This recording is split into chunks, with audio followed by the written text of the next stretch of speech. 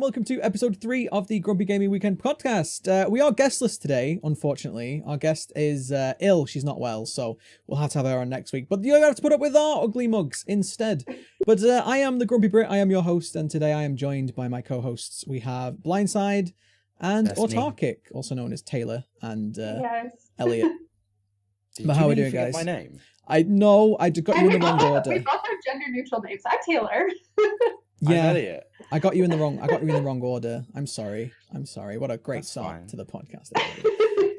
But welcome. This is episode 3, the very, very professional podcast, the most professional podcast you can find on YouTube, where we talk about gaming and stuff that I have opinions on, which is pretty much everything. I pretty much have an opinion on literally everything in the planet. But today we're going to be talking about a couple more topics. We're going to be talking about Dead by Daylight. There's been a couple of things with Dead by Daylight recently that I think are worth talking about. We're going to talk about the exploits and the bans, because there have been some bans. We're going to talk about the PTB. We're going to talk about the upcoming changes to the game, which is there are many of them, in fact. We're going to talk about that. And then we're going to talk about some streaming stuff, which we haven't really done yet on the podcast. We're going to talk, we are all live streamers, if you didn't know. All three of us, we live stream over on Twitch. So we're going to be talking about streaming. There's a couple of things that have come up recently that come up quite a lot, and we're going to be talking about things like mental health in streaming, and you know, our streamers therapist is going to be the topic essentially.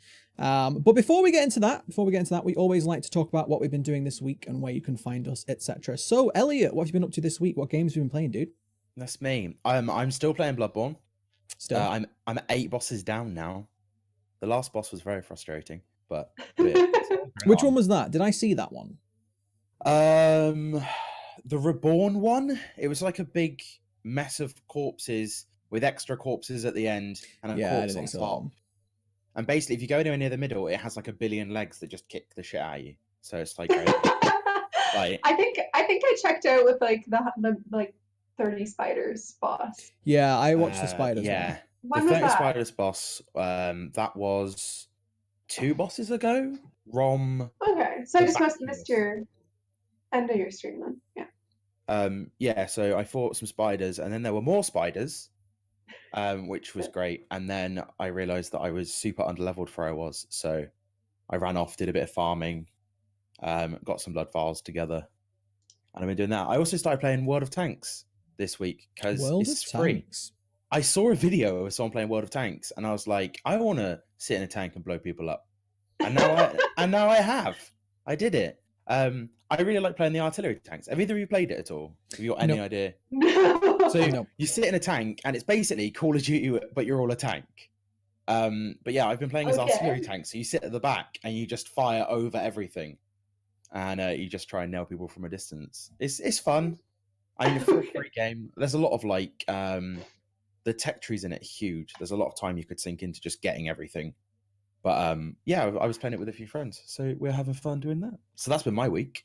My only experience with World of Tanks is that I have a friend who constantly tries to get me to play World of Warships, and that's the only that's the only experience I haven't yet. I haven't played World of Warships, but they want me to. But no, it's free to play. Does I know World of Warships has loot boxes in? Does World of Tanks have loot boxes in? Twitch Prime gave me some kind of drop thing, but there doesn't seem to be. Like, there is stuff that so there's like premium currency and stuff that you can buy, and there's like a premium service. I can't remember what they call it, but you get like days of like premium time where you earn like extra XP. You get like a higher drop chance, I think. Yeah. So there's like that. I haven't seen any loot boxes. Okay. It is obviously a free-to-play game, so you're going to have to expect there's going to be some sort of microtransactions, and I can get behind that for a free-to-play game, because how else do you make your money? You know, you spend the dev time, you make the game, you need to get paid. How else do you do it in a free-to-play game? So I'm more than okay with microtransactions, but even then, they need to be, for me anyway, they need to be, you know, fair. Would you say that they are fair in that game? Yeah, they seem to be. There's nothing. I haven't found anything yet that you can pay cash for that gives you an advantage that you can't earn. So like every time you fight in a battle, you get XP for your tank crew and for that tank, which lets you get through that like tech tree and stuff. I think you can pay cash to get more like free XP that you can just use on any tech tree, but you can play the game and earn the XP and you can level up and stuff. So like, I don't see it as like, it's more of a time save than an actual like pay to win. Okay. That's fair. Taylor, what about you? What have you been playing this week? Anything interesting? Anything new? This week I've been trying the PTB of Dead by Daylight, and I also have been going back to Portal 2. So I was playing singles this week. Elliot's supposed to join me in the future. We're going to play co-op together. But yeah, just Dead by Daylight and Portal. Nice. I'm glad you've been playing the PTB because we're going to be talking about that soon. I haven't played the PTB yet. In fact, I'm skipping the PTB this time. I played the PTB last time when the Plague was coming out, and that was fine. But I decided to skip it this time. I thought I'll wait for it to come out on the actual live servers. But I haven't been playing anything new this week. I've been playing Alien Isolation again. I've been streaming that. I streamed that this week and last week because goddamn that game was fun when I streamed it. I streamed it about a year ago, and it's honestly one of the most fun games I've ever streamed. In fact, it was so fun that it made me want to stream horror games every week, and I've been doing a lot of horror games since then. So we went back to Alien. There's a clip of me floating around my Discord and stuff where I absolutely crapped it. The Alien, honestly, if you've never played Alien Isolation, one of the most unique and wonderful things about it, it's a horror game, obviously, with an alien xenomorph, but the Alien doesn't have set paths. It doesn't have a set place that it patrols. It can literally go anywhere it wants, and it has its own sort of unique behaviors and sort of play styles, if you will. And I was walking through a door, and you have like a motion tracker, and it beeps when something's close. It goes like beep, beep, beep when something's close. And it hadn't gone off. It had not gone off at all. Nothing had gone off. And I walk through a door, and as the door opens, the alien is right there in my face. I don't think I have ever jumped so much on stream playing a game before in my life. It was crazy, but I'm really, really loving it. It's good to go back to it's kind of nice to go back to a game that I've streamed before, because I don't know about you guys, but the moment it seems a little bit the games coming out aren't really exciting me all that much. Days Gone is out today. This obviously podcast is recorded on a Friday, not a Saturday, but Days Gone's coming out today that I'm interested in, but there hasn't been a lot of games come out recently that really got me all that really excited. So I'm kind of going back to old games and just playing them again and, enjoying games that I already own. And it's really great that you can go back to a game that's a couple of years old now, a few years old now, and still enjoy it, still get people watching it, and still have a great time. Have any of you played Alien Isolation? Either of you? I said it in chat the other day when you were streaming, and I will say it again here. I'm glad you play horror games because I won't. Yeah. I am a huge wuss when it comes to horror games. I jump enough at like Bloodborne. Like if sometimes like stuff will like pop around corners and ambush and things like that. It's fair enough. Like I'm bad enough for that, but actual horror games where like they build tension and then like you just get like something comes out. No, can't do it. I just never get anywhere in the game. I just spend the whole time just hiding like creeping around corners being like, hello. It's funny. Was I with you guys? Sorry, was I with you guys the other day when I was playing Dead by Daylight and someone sat down in the room? Yeah. That was funny. Yeah. Yeah, like I'm the same way, Elliot. Like if something jumps out at me and I'm a huge baby. Like It's really interesting though. Like there's a real big market for horror games on Twitch. People seem to love it, and I know with my Twitch community, everyone really likes it when I stream horror games. It's one of their favorite things. People love it, like, especially if you put things like scary alerts on when people cheer and stuff like that. It can make it more fun for people. But I know for a fact I love playing horror games, but even I enjoy watching other people play it too. It's really good, especially when someone gets really scared. It's like really entertaining content, I find. Very much so, especially if it's a big, beardy, muscly man like me. I'm not muscly, that's a lie. But like a big beardy man like me, like playing a video game like that, screaming like a little girl. How can you not enjoy that content? But no, that's pretty much what we've all been playing this week. Nothing new. I, again, will be playing Days Gone later on today. So unfortunately, I can't talk about Days Gone. If you're watching this on the Saturday, Days Gone came out yesterday, but we recorded it yesterday, so I can't talk about Days Gone. I'm excited. I'm actually going to stream it on YouTube, or I will have streamed it on YouTube when you're watching this, which will be my first ever YouTube stream, which I'm kind of looking forward to. Plug my own content from the future in the past. Like, I don't know how this is working. Elliot to the point where can't handle it. It's Yeah, you're like promoting your content and stuff, and me and Taylor are just laughing about the weird time traveling that we're doing. we're not sure what's going on. This is the best timeline. So if though. you're tomorrow, then we're recording this today, and the game comes out yesterday, and I'm streaming it maybe. Yes. No, I should have already streamed it. I'll be streaming it later, but later on will be in the past for you. It's I don't understand why you're getting confused. It's very simple science. Have you not watched Rick and Morty? Like, come on, Elliot, come on. This is exactly the same problem I had on episode 1, where you apologized for a jump cut that hadn't happened yet, and just part of my brain was like, "There hasn't been a jump cut." Do you know what? It's funny. Somebody else actually picked up on that. Somebody DM'd me and was like, "Why are you talking about jump cuts?" And I'm like, "All right, look, it happened. We had technical difficulties and we had to edit it out. And so I apologize for editing it out. But because I've edited it out, you don't know what I edited out. So we're learning. We're only on episode 3. Give me a chance, people. Honestly, Jesus. It's like we're having fun though. It's fine. Well, I'm glad you are. But no, let's dive in. Let's dive straight into the topic. I want to talk about Dead by Daylight. All 3 of us are Dead by Daylight players. Obviously not everybody is, but we are big Dead by Daylight players. But the first topic I want to talk about isn't necessarily just a Dead by Daylight thing. I want to talk about players getting banned in a game when for an exploit or a bug that's in the game. So it's a little bit more of a general topic, but I want to talk about this as a good example of that. So basically, if you haven't heard the news, in Dead by Daylight, recently there has been 2 exploits, two exploits at the same time, both very different, but both bannable, and both have been Behavior, the studio that released Dead by Daylight, have said that if you do any of these exploits, you will get banned. And there's been 2. There's been the Legion Infinite Mend exploit and the multiple killer per match exploit. So we're going to go into what these exploits are. I'm going to explain them as much as I can, assuming that you don't play Dead by Daylight. Essentially, there are different killers in the game, and one of the killers, Legion, which everybody hates, by the way.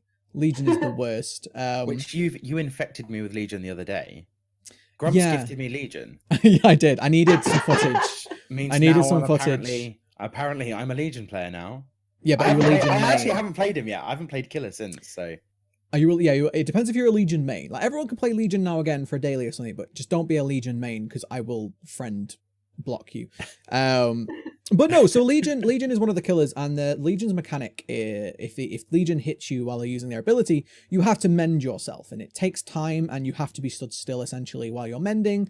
And this is what a lot of people already don't like, this mechanic, because it's very boring. You have to be stood there mending, and while you're stood there mending, it's very likely that the Legion's walking towards you going, haha, I'm going to murder you. And there's nothing you can do about it. You physically have no counterplay. And so a lot of people already don't like this mechanic. Now, on one of the patches brought up an interesting bug where essentially there are items and add-ons you can use in the game to change the way that your character plays. And the Legion has one item called, I can't remember exactly what it's called. We'll show some footage in this podcast. I'll show you the item combination. But essentially there are 2 blades. I think it's a filthy blade and a nasty blade, maybe? Yeah. But these are designed to extend the amount of time that it takes to mend. And one does it more than the other. One is a higher rarity item, and it does it for longer than the other. And anyway, the bug is that people have found is that if you stack these 2 items together, and then you go around the match hitting people, it extends the time every time. So every time you hit somebody new, it will extend it even more. And so it got to the point of where you can be mending for minutes. And I'm not exaggerating this. We've got some footage. You can be mending for minutes, and it's not designed to be that way. It's designed to be, I think, maybe say 30 seconds at the most, but it could go on, like, people have done tests. People have done like 5 minutes, 10 minutes. It can go on infinitely. And so this bug, this exploit is something that is in the game. And not only is it in the game, you can do it by accident. If you put these 2 items together, these 2 add-ons together, which are freely available to any Legion players, anybody who has Legion can have these add-ons. You don't buy them with money or anything like that. So anybody can have them. And if you put these 2 items together, according to behavior, you're using an exploit. And why I want to talk about this is I think it's a little bit unfair. I think it's a little bit unfair that people are getting banned for this. Knowing that these 2 items are in the game and are freely available, and anybody can use them, and you can use any combination of add-ons, like a lot of people actually do take 2 items together, because a lot of items are Dead by Daylight stack. So if you have an item that does it for 10 seconds and another one does it for 15 seconds, you put them together and it does it for 15 seconds, right?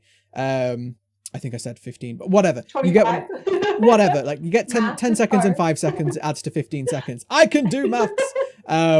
But that's the point. So a lot of these items stack. So a lot of players will put add-ons that do the same thing together because it's a viable strategy in the game. You know, you want to really build your build around mending. It would make sense to put these items together. So I want to talk about that. Like, I want to talk about what you guys think. Do you guys think that behavior are justified in banning players for using items that are in the game? What do you think, Elliot? Do you think that they should be banning people for using this, again, exploit? They're calling it an exploit? No, it's their own fault. And, they did this. No, but what was that? So, like, there's been times we've been playing Survive with friends, and we all use the different levels of offering that like thickens the mist.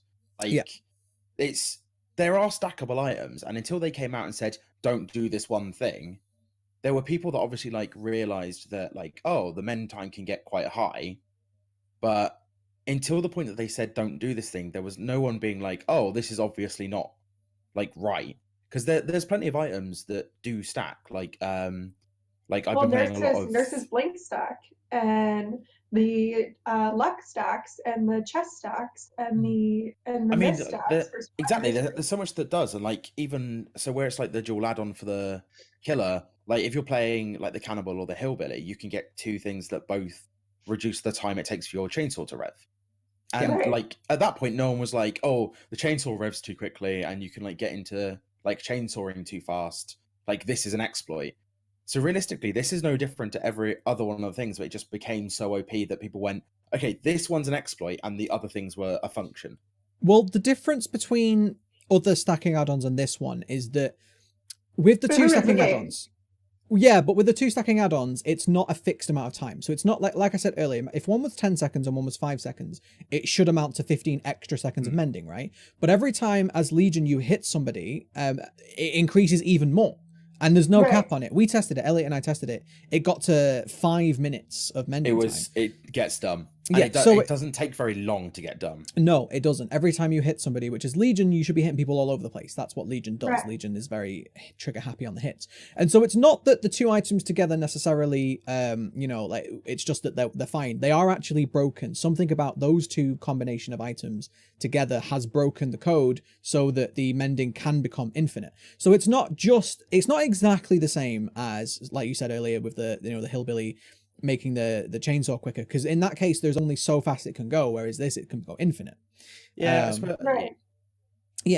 my argument is that this is a bug in the game, and it's not that it's, for me, the thing that I really can't agree with them banning people is because that you can do this without knowing.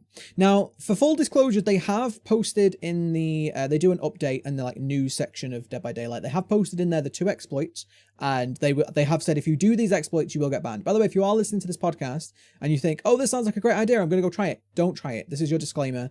Don't try it, because they have said you will get banned for it. Behavior have stated if you use any of these exploits we're talking about, you will get banned. So that's your warning. Don't come crying to me if you get banned and be like, but Grumpy said. No, don't do it. All right, don't do it. But they have come out and said that you'll get banned for it. But I will admit, like, not every player reads those news. It's like patch notes. Not every player reads patch notes. Right? I skip those news things. I've got like it pops up as you launch the game, and I was like, no, go away. Well, when you play such a variety of games, like, are you going to sit there and read stuff that takes like all your time when you're like, okay, I have like 2 hours to play a game, let's do it. Like, that doesn't seem feasible to me. It doesn't make sense. Absolutely. Now, we don't really know what they mean when they say ban. They say bans are going to happen. Are they going to be temporary bans? Are you going to get a warning first? Are they listening to appeals? I don't know. We don't know.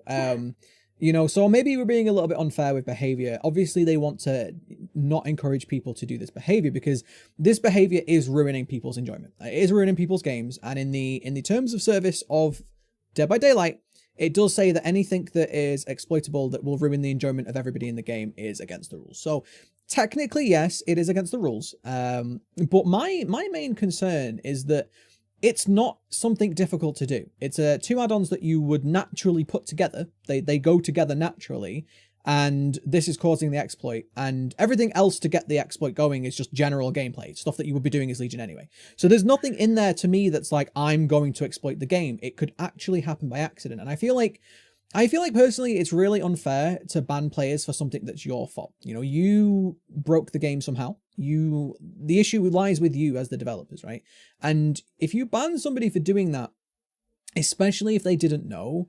Like, I feel like you've potentially just lost a customer. Not only have you lost a customer, the game has lost another player, you know, which if this is happening on a large enough scale, that means longer queue times. That means people that were enjoying the game that now aren't. And I just feel like it's really unfair to ban people for something that's your fault, you know? Yeah, I mean, realistically, the path of action they should have done, rather than being like, right, we're going to start banning people, is hotfix it. Yeah. Like, Yeah. how? I mean, I don't make games, I don't dev games, I don't know, but like, can it really be something that's unsurmountable? Like, because they've said that, I think they've said that they fixed it in the new patch notes. Yeah, which But, is like, what, like a hotfixed week it. turnaround, Yeah. So, yeah, no, I'm absolutely with you. You know, I get that people. There's something that we haven't talked about though. Is people have been making YouTube videos on it, and especially when we come on to the next exploit, because we're going to talk about the other one as well. People have made YouTube videos of it, and as soon as somebody makes a YouTube video of it, people go out and copy. You know, somebody sees. I don't know. I'm not going to name any names. If somebody sees a big Dead by Daylight streamer or YouTuber do something, everybody runs out and they try. I know, even I do this. If I watch somebody's video showing off a perk build, quite often I'll be like, I want to try out that perk build. You know, it looks like fun. So I can understand from behaviors side of things that they really don't want this to become something that everybody's doing. And from somebody who plays both Killer and Survivor, if I was coming against every match and every match was infinitely, you know, mending Legion, I probably would quit the game. for at least until they patched it, you know. Well, even before this like patch or change, I would just see like a Legion and sometimes even just see, because I'm like, I can't be asked with, you know, the pipping system that's broken and then like running around and just mending myself for 20 minutes when I just waited 20 minutes to get in a game. I'm like, I can't with this game. And it really does ruin your enjoyment. 100%. I mean, we've always had a problem with players DCing against Legion. It's almost a meme. It's almost a meme at this point. That wow, those keys are loud. Taylor. Damn, wow. son. Wow. You're right, Elliot. It's like a typewriter. Ding. I'm sorry. She's sorry, she says as she carries on. What was I saying? No, yeah, people. It's almost like a running joke that people will DC against Legion anyway, just because they really don't like facing against Legion. You know, Legion is absolutely the most hated killer in Dead by Daylight, and with the upcoming like pipping changes, as you just said, making it harder for people to pip, people don't care about rank anymore, and so people will just DC. People will just DC if they come across a Legion anyway, and so I mean, it's bad enough having survivors, like the number of matches I've got into where someone gets like found really quickly, they get downed and they just DC because they're like, well, I'm probably going to DPip anyway. Like, it's fine. I have 100%. I've noticed this more since the pipping changes. It's always been a problem, but I've never known it to be so bad. And I think this is because now that ranking up, when we say pipping, if you don't know Dead by Daylight, the way that ranking up works is that you can either lose 1 pip, you can gain 1 pip, or you can gain 2 pips. Or you can gain a safety pip, which a safety pip is basically a non-move. And so the more pips you get, the higher rank you get, and you need more and more to get higher ranks. But one of the things that I have seen since they've made pipping harder is people do just DC, because they're like, well, I'm going to lose pips anyway, might as well just DC now and get on with it. But let's move on to the second exploit, because the second one I think is a little bit different. I think is a little bit. She's giggling. She's giggling because her headset's about to die, and she wants to swap it out. Okay. Which means we're gonna have to jump cut again. We're gonna jump cut. It's fine. That's what she's typing about in the thing, and all I replied was, "Grumps can't read this." Yeah, I can't because see it. You've got it on full screen and you're capping it.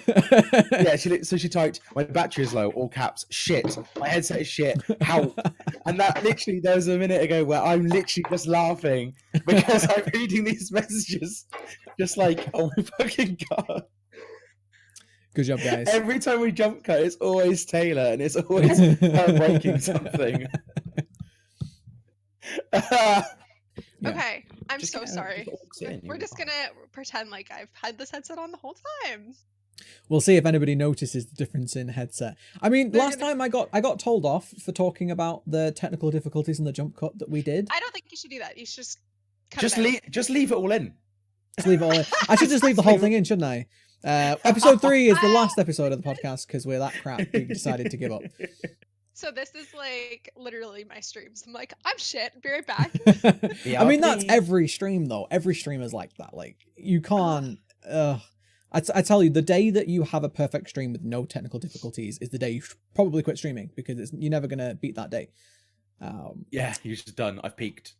we've Yeah. peaked. Yeah, but it's fine. Anyway, what were we talking about? We're going to move on to the second exploit. Exploit number 2. Exploit number 2, which is, in my opinion, a completely different kettle of fish. It's really funny though. It is really funny. So the second exploit, which I want them to add into the game, is people have found, and I don't actually know how to fully do it. People have found a way manipulating the kill your friends lobby to get more than one killer in a game. So for anyone who doesn't play Dead by Daylight, the usual thing is 4 survivors and 1 killer. And people have found ways of getting multiple, even up to 4 killers into a game, and then going into the normal lobby and queuing up into a normal match with these killers in their lobby and going into a game with multiple killers. And this has never happened before, to my knowledge, and it's hilarious. It's this game built very, very highly balanced and built around the idea of 1 killer and 4 survivors. People going into a match with multiple killers. It's crazy. It completely breaks the game and makes the game a completely different game almost. But this is another exploit that popped up, and somebody made a YouTube video about it, got a lot of views, and then Behavior said, yeah, if you do that, you're gonna get banned. And this one I can actually understand. This one I can get behind, because this one requires the players to do stuff that they shouldn't be doing. Whereas with the Legion bug, you can accidentally do that, or again, it makes sense to put those 2 add-ons together. With this one, you are manipulating lobbies to gain an advantage or to break the game in a way. What do you guys think about this one? Do you think this is worse? Do you think it's better? What do you think? Do you think people should get banned for it? So something I'm not clear on is that I know you can do it in like the kill your friends lobby, but how do you do it like in a live lobby? That I don't know. But people have found a way to transfer it over to the live lobby. So it is possible, because I was like, that kind of seems dumb if you're doing it with like your friends. They obviously know you're doing it, but with random people, that's different. So with kill your friends for those who aren't aware, is basically like it's a lobby where you don't get any ranking or blood points. So everybody in that, you've all got to be in a party to play Kill Your Friends, so there's no random queuing. So in Kill Your Friends, they're a little bit more flexible, because you have a little bit more like rules that you can change and stuff, because again, it's designed for sort of practice or for fun. It's not designed for ranking or blood points. But carry on. Well, then if you're ruining the game of what it's supposed to be for other people, then yeah, I think you should get banned, because it's intentional and it's not something that you can do accidentally, and you're ultimately like changing the way the game is and not how it's supposed to be, and not in a fair way either. Yeah. Which is interesting, because obviously the Legion, you could argue the same things with the Legion bug. You know, it's making the game unplayable for people, it's making the game incredibly boring, but at the same time, for me, there's a clear difference, because on the Legion bug, like we've already said many times, that could happen by accident. You know, that's just something that could occur naturally. Whereas this, if you manage to do this, you did it on purpose. There is no way to accidentally trigger this. You have to actually go, again, I don't actually know how they did it, but you've got to manipulate the lobbies and do something that you shouldn't be doing to get this to happen. And obviously, if you're queuing and you can see that there are multiple killers in your party, and then you're queuing up in the you can tell straight away this isn't supposed to happen. What do you think about it, Elliot? What do you think about this whole situation? Yeah, I agree. I think it should be banned. I mean, the weird thing with it is like, so with the Legion bug, you can use it to gain an advantage, and then you're going to get more blood points, you're going to get more rank. With the multiple killer thing, I can't see how the killers are ever going to pip up. If there's 4 of you and there's only 1 survivor, so you can only get 3 hooks. You can only really like chase. Well, there can be up to 4 killers. Remember that. So there could be 4 killers and 1 survivor. It has been done. But you still can't get more than 3 hooks. So like, obviously, if you hook the same survivor 3 times. So like, the weird kind of flip side to it, just so that I can be devil's advocate, is that Legion thing you can exploit to give yourself an actual advantage, like end game, your end result, you have an advantage. Yeah. Whereas with the killer thing, like, I mean, obviously, yeah, if you're 1 survivor and you get 4 killers, it's a bit like, oh, they were in the game. But at the same time, I bet people that it's happening to are probably a bit like, oh my God, this is really weird. And like, there's a bit of excitement like to it that you kind of go like, yeah, if you're going lobby to lobby and every match has 3 killers in it, then I get that that's going to be frustrating. But like with the odd one, I think this actually ruins the game less than the Legion thing. But obviously, you have to do this deliberately. Yeah. So I think there's like kind of there's so bits on my both argument, yeah, I 100% agree. My argument would be that if you're the survivor that queued up and there's 4 killers, there is no way for you to win. You are definitely not going to pip up. There is nothing and then if you've taken like ultra rare add-ons, because again there are ultra rare items and add-ons in this game that are one use, and especially if you for example, if you take a rare med kit and you leave the match, if you manage to leave the match with that medkit, you keep it. Whereas if you get killed or whatever, you don't keep it. And so if you're facing against 4 killers, the chances of you coming away with your items intact, things like that, are absolutely 0. So the whole point is that, you know, the game has been at that point decided for you. You cannot win. And if you're somebody that enjoys the game because you win, you know, maybe what if you're going for the achievements? Because there are achievements to get rank 1 survivor or rank 1 killer. So what if you're going for the achievements? Because what if you're a killer who queues up and you get another 3 killers in your lobby? You know, you'd be like, what? Hang on, like I need blood points, I need rank. Like what? Like, do you know what I mean? So I feel like with this one, I can understand the ban, because to be fair, I hadn't considered the add-ons and stuff. Like, actually, if you take like a red medkit in with like a red add-on, which, to be fair, though, is also the same problem with the Legion. You know, if you come across an infinite mending Legion and you've got an ultra rare add-on on your medkit, you've got a syringe on your medkit or a flashlight or something, whatever, same problem. And this is why I'm like not getting angry about people getting banned for these, you know, exploits. But at the same time, if you're that Legion player who accidentally puts those 2 items together and you don't know, and then you get banned, then that's a problem for me. Yeah, I mean, basically, so where I was trying to go with it was that the Legion thing, like, can be used maliciously, and I don't think the multiple killers thing can. Like, you're not going to be running with multiple killers to be like, we're going to win every game. It's I don't know. like... I don't know. I like, you say maliciously, but I feel like if you are that one survivor who loads in with 4 killers like that, I don't know. For the first time it happens, it probably this is fun. You know, like obviously the guys that found it. So I'm guessing they didn't ban the first people that found it. Like the first few YouTubers and stuff that did it. I don't actually know. I highly doubt that they were just like, right, we're going to ban you guys. Yeah. They were probably like, cool, you found this thing, we'll look into it, stop. And then it was like, from this point on, if you do it, then get banned, which like I think's fine. Yeah. Like, because I mean the things with that, like where we're saying like, oh yeah, the first time it happens, like it's exciting or something, but if you've already heard about it, you've seen a video on it, you like at that point you're just going to see it happen and you'll be like, okay, great, like rip my add-ons. Yeah. Like... Which you already, I mean, this doesn't excuse it, this doesn't accept it, but you already lose so many add-ons and things because of the DCs and the glitches and the killer DCs and the lobby bugs. And I seem to, anytime I ever take party streamers or any of those other really useful add-ons, my lobby crashes, so I end up losing them anyway. Which they said they have, they're fixing that finally, because I remember the first time I ever took an Ebony Mori, I lost it. You know, when I was learning the game and I was like, oh, my first ever ultra rare add-on, yay. And I went into a lobby and I lost it because of DC. So it's like, I'm so glad. And we'll get into the changes in the PTB, because there's a lot of changes coming up. Yeah, I have the patch notes open over here and I keep scrolling back and forth and there's so much of it. Yeah, I'm just gonna go through the main ones that I know, and if you know any more, that's absolutely fine. But before we move on to updates and patch notes and things like that, I think my last words on the exploits. Again, I'm gonna make this very well known. Don't do them. You will get banned if you do them. I'm not saying that I agree with you getting banned for doing them, but you will get banned, so don't do them. But I'm always gonna, just in general, I feel like if you have a bug in your game that ruins people's enjoyment, it's up to you as the developers to fix it. It's not up to me as the player to go around, you know, thinking what can I use, what can't I use, you know, what add-ons are safe to use this week. And I feel like behavior, I understand where they're coming from. They don't want people to do it all over, so they have to take some action. And if they didn't take some action, people would be going crazy on the forums and on Reddit and on YouTube and stuff anyway. But at the same time, like, just be a bit careful with a game that, you know, relies on its player base. Like, don't be too ban happy, especially by something that you caused. Yeah, I mean, especially games like Dead by Daylight, which have like a huge like Twitch presence, like a very big YouTube presence. Like they, excuse me, they like they literally promote their YouTubers. Like they go into like partnership with like Twitch streamers and stuff. Yeah, they call it the Fog Whisperer. Yeah, the Fog Whisperer. Oh yeah. Like there's all this stuff that they do into that, and then you have these exploits come up which go through that kind of media. And then they just kind of go like, oh no, don't do it. And it's like, fix it. Yeah. Which, like you say, they have it. The PTB apparently is fixed, which is, you know, that's a very quick turnaround on a fix. And I will say that is pretty impressive. You know, I'm pretty happy with that. I'm not gonna complain about how quickly they fixed it, but at the same time, like, I feel like banning should be a last resort. At least give people a warning first. And I don't know, maybe they are. I'm gonna try and be fair to behavior. Maybe they are. Maybe these bans are temporary.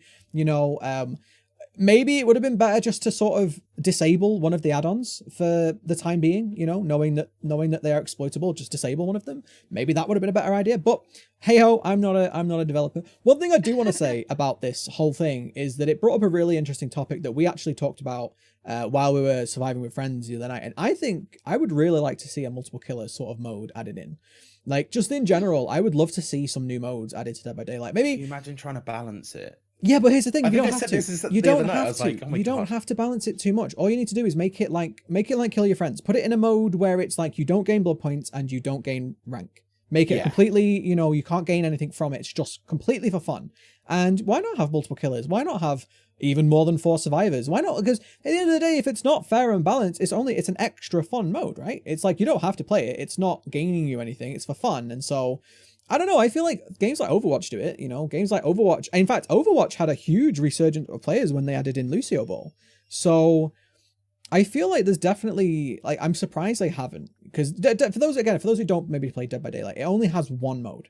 And you could argue that the game kind of has 2 modes because you can play as a survivor or you can play as a killer.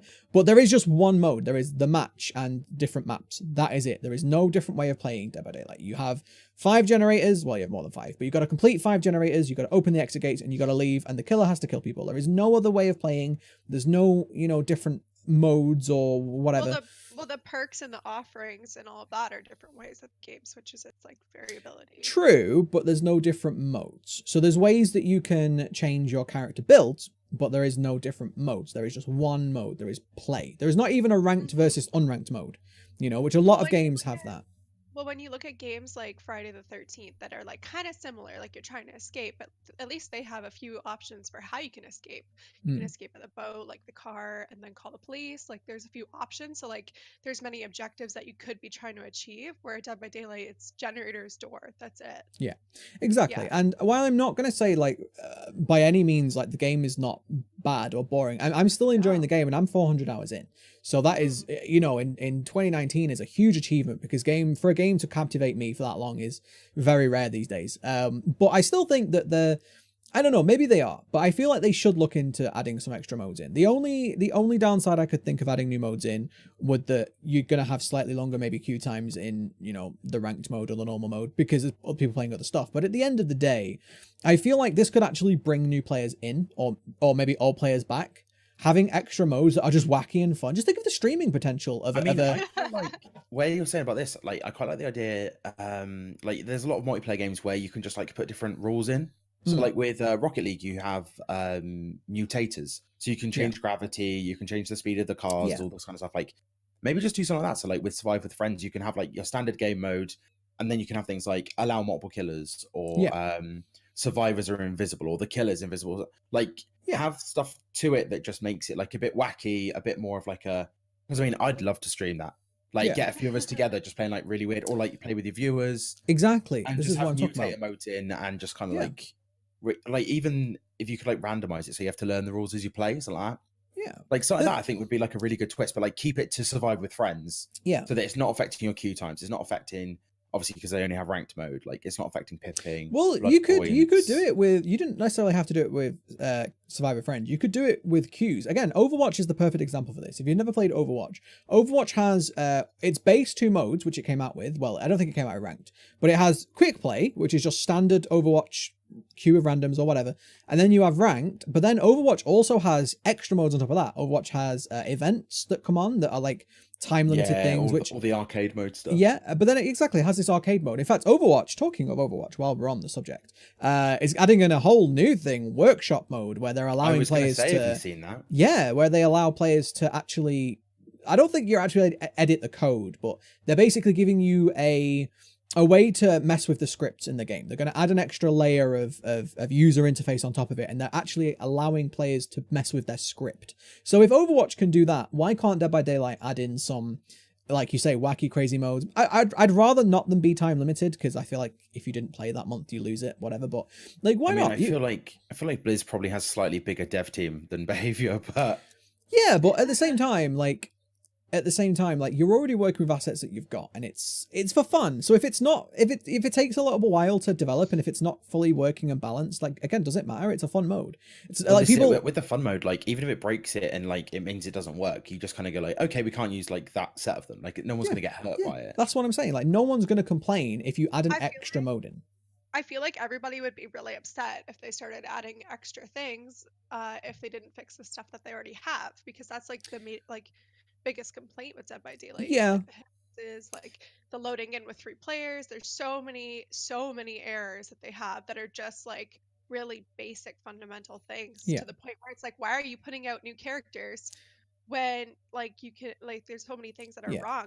Like invest your time there and have something that's working properly before you start adding things onto it. You are 100% correct.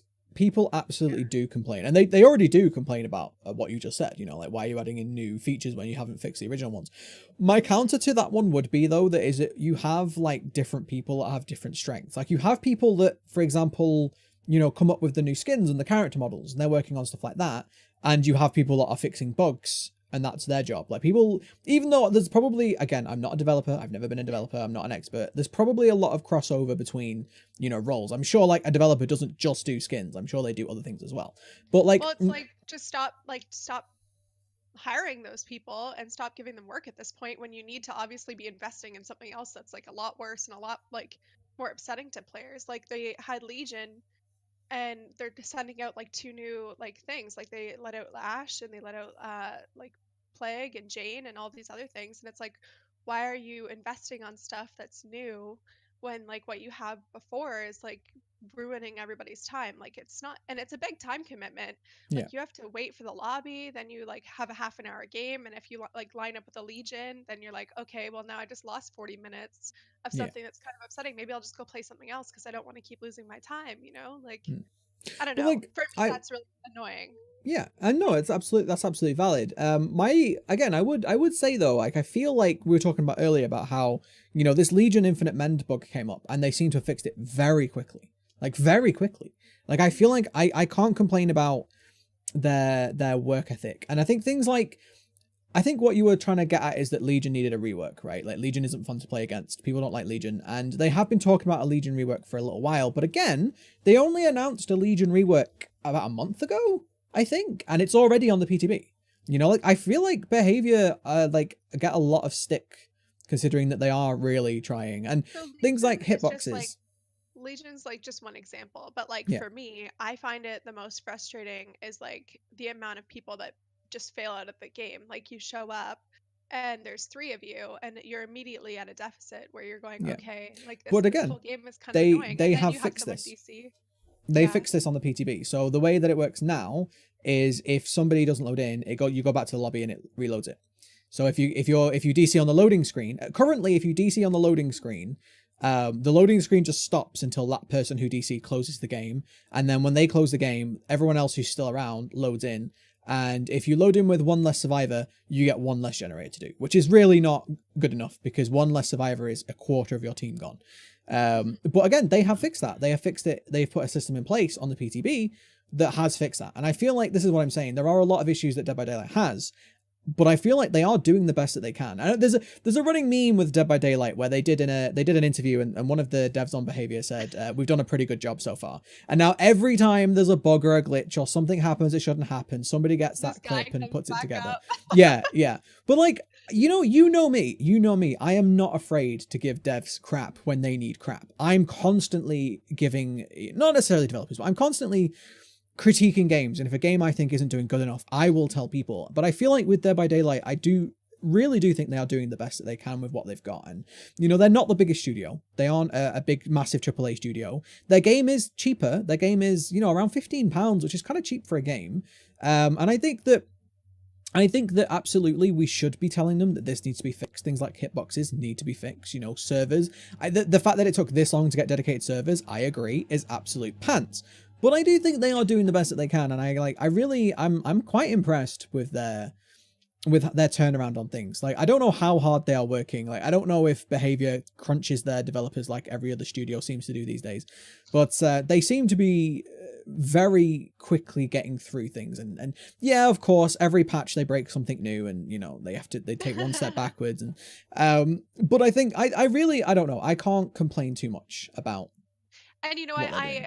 Like that being said of being frustrated in the past, I am pretty excited about this new like proposal and this Yeah. new test mode for I'm sure. more excited about this one than I was about the Plague release, which is interesting because I was super hyped for the Plague coming out. When the Plague came out, I was like, all right, okay, she's all right. But I'm really excited about these changes, and people have already started to pick apart. There's a clip going around Twitter of somebody on the PTB now. They have released the dedicated servers, and there's still problems.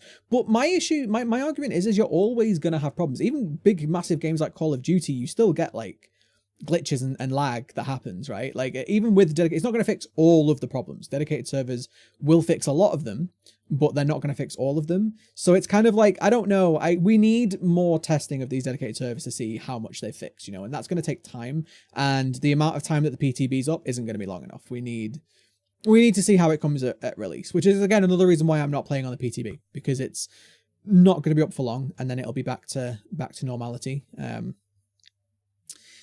But So yeah. Sorry, go ahead. That's okay. So they were talking about, because we were talking about like different objectives and stuff like that. They were talking about a secondary objective. Is that supposed to be the end game collapse? Yes. Have they confirmed that? Have they confirmed that the end game How collapse is that is the an secondary objective? Oh, I assumed that it just was, because from everyone I've spoken to about it, they've been like, oh, the secondary objective is like the end game collapse. Yeah. So I don't understand how that's an objective. That's the part I'm like kind of confused on. Like, It's a race. It's a race to the finish. Yeah. So for those again who are not aware, they're adding in a new feature called the end game collapse, which is essentially it's a fix to a problem. Essentially, so one of the problems was, apparently, I've never seen it, but apparently, in some games when maybe the killer has been absolutely bullied by the survivors, they won't leave. They won't leave the match. They will stay in the match. They won't leave the exit gates. They'll just keep running around, making the game go on for longer and longer and longer. And this is a problem. And people have been, essentially what some survivors want to do is they want to make the killer DC. Because if you DC, you depip, you lose all of those blood points that you would earn throughout that match. And so Behaviour come along with their solution to this problem, which is the endgame collapse, which is essentially once one of the gates has been opened, and now they're allowing killers to open the gate, which is really interesting. But once one of the gates have been opened, the survivors have 3 minutes to get out, and if they don't get out, they get immediately murdered. Doesn't matter what they're doing, where they are, if they're in a locker or whatever, they get murdered by the entity, and that counts as a sacrifice for the killer. So the killer gets more points, they get more emblems, more likely to rank up. So this is something that is in the PTB at the moment, and it's 3 minutes. However, it also slows down if you have somebody on the floor or if you have somebody on a hook. I think there's a lot, the pig is very complicated at the moment, but I think putting traps on people might slow it down also. I'm not sure. But essentially, if the killer is killing people, then it slows down. So if maybe the survivors aren't, if they are getting murdered, you still have a chance. What do you guys think about the endgame collapse? You've played it, Taylor, right? Yeah, I've played it. How do you think it plays? I like it so far. I waited around in the match to see what like it actually looked like for myself, and I thought it was really interesting. And I like it's kind of like it's interesting because like the killer can open the one door, and then you like can just like stand there if they wanted to, and then you run to it, and then you have like a new interaction, or you could try to find the other door and open it. There's also like a bit about the hatch. The killer can close the hatch on you if you're the last one. Which they trialed that a long time ago and then decided not to add it in. But now they have added it back in, which it makes more sense with the endgame collapse than it did last time, to be fair. I was also watching another streamer, and they were showing you like a bit about how generators, when you're the last survivor alive, you can complete them much quicker so that you are able to spawn a hatch, because that was another problem people are running into is like everyone died, there's still 5 generators open, and you need to start doing them. So that was like another thing I thought was really interesting that they've changed. The whole floor goes like completely red when the countdown is happening, which it looks awesome. It was really cool. I haven't seen it from the killer's perspective, but I wonder if that affects how scratch marks look, because then it would be more challenging. Yeah, interesting. Yeah, like that they picked red when that was something like that's a huge advantage to a killer. Yeah. But I haven't really looked at it from that perspective. I've only been watching Survivor play, so yeah. and I'm You are a survivor main. This is interesting. I'm a bit ambidextrous. I play both, probably quite equally, to be honest. But yeah, this is something that the endgame collapse is a solution to a problem, and we'll see if it fixes that problem. People have though already been starting to like poke flaws in it. Like one example that I have heard is, what if you're in the basement and the killer stands on the basement stairs and body blocks you? Can you get out? Because there are certain basement stairs. There's one of the maps in particular, there is just literally one doorway. And if the killer stands in that doorway, you can't get through. You cannot get through that. You can't get past that killer unless that killer hits you.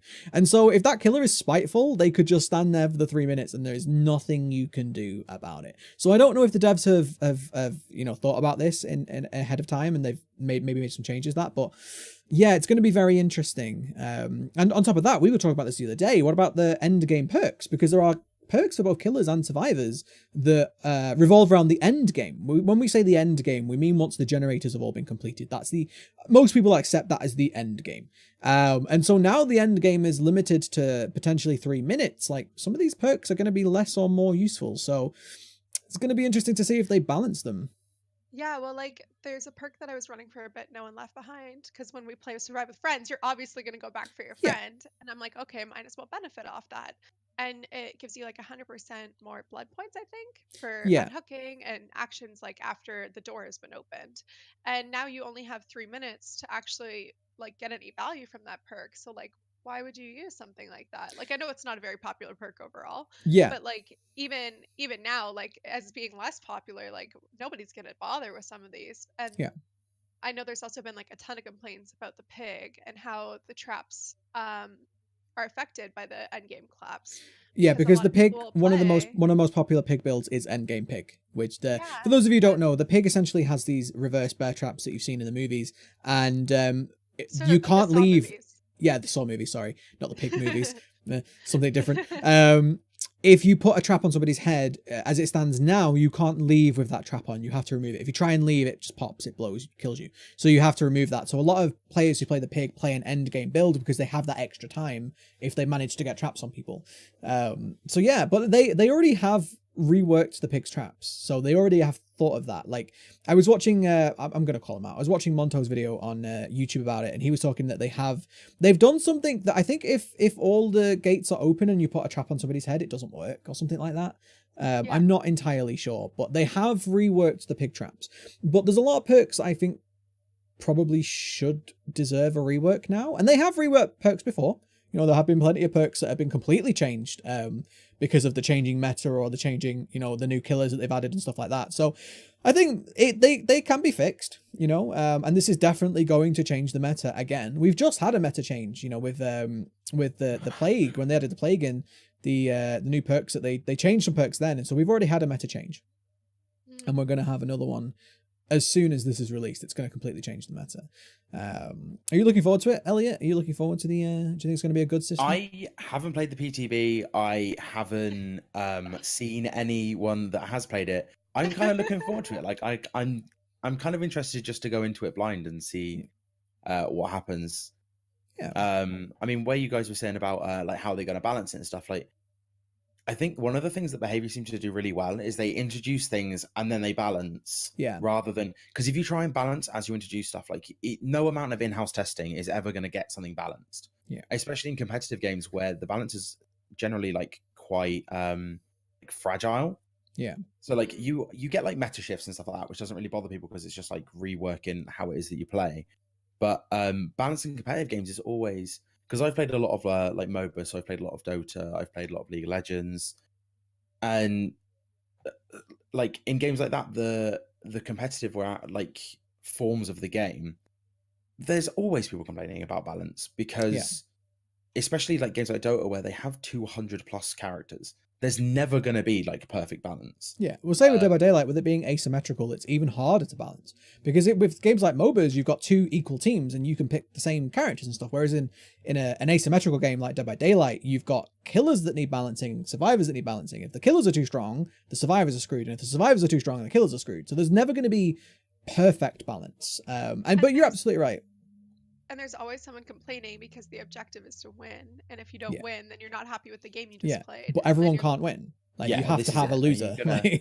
Yeah, that's kind of, I find like the number one thing that I'm listening to people say over and over. Like, they'll have so much fun in a game that they win, and then the game that they don't win, then there's something wrong with the game. It's Yeah. not necessarily like something wrong with how you played or the other person was just better than you, Yeah. but there's like something to pick apart in the game, which is like, how do you take criticism like that and actually implement the things that need work, Yeah, 100%. which is 100%. interesting. And on top of this as well, we were just talking about how, you can do so much in-house testing, right?